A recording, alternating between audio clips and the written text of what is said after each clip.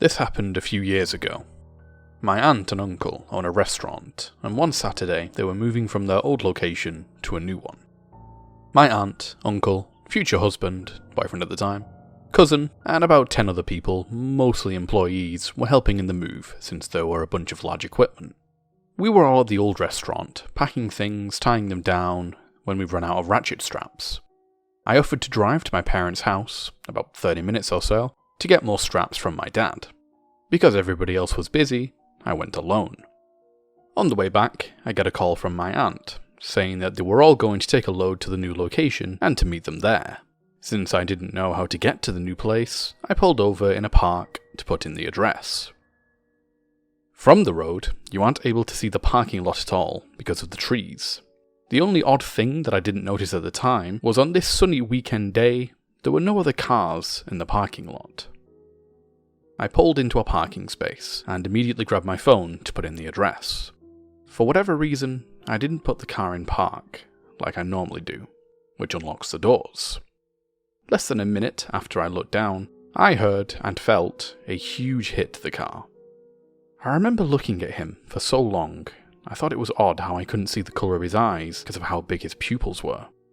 It's important to note here that I was in a small SUV, and he had to bend over to look in the window. A second later, he was pulling the door handle so hard I thought it was going to come off. I was also confused here why the door wasn't unlocked like it normally would be when I'm in a parking spot. He got visibly upset that the door wasn't opening, so he started banging the side of his fist against the window, swinging his whole arm over and over. Getting progressively more pissed off, he moved to the door handle of the back seat, and at this point, I was so scared of him getting in the car, I grabbed and unsheathed the camping knife I had in the door. When I looked back at him, he stopped attacking the car, saw the knife, and smiled. I think it was right then that I realized that he didn't want money, he didn't want to rape me, he wanted to kill me.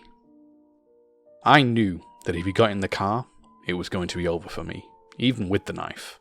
He was way bigger than me, and hitting the car so hard, I was amazed that the windows held. I guess I got a little too comfortable with the idea of him not being able to get the doors open, but after bashing the back window a few more times, the car rocking back and forth each time, he moved to the trunk. The panic got worse now, because I knew the doors weren't opening for some reason, but maybe the trunk would. Since it was an SUV, if he got in the trunk he could just climb over the back seats and get to me. He hit against the back window with both of his balled up fists, and was yelling something I couldn't understand. Right then, I realised that I could slam it in reverse. I dropped the knife in my lap, hit my gear shift into R, grabbed the wheel, and put my foot down. I still have no idea if I hit him or if he jumped out of the way. I didn't look back. I put it in drive, and peeled out of the parking lot. It was my first time ever ignoring a stop sign. I still have no idea why I didn't put it in park.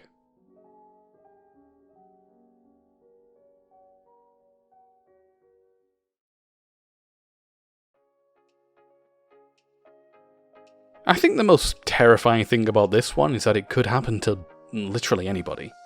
Granted, we may not all have a camping knife at hand to help deter someone from breaking in, but I think we've all lived or know somebody who has had a terrifying experience with a mugging or, an otherwise dangerous situation, so we can all appreciate how you'd feel in this situation.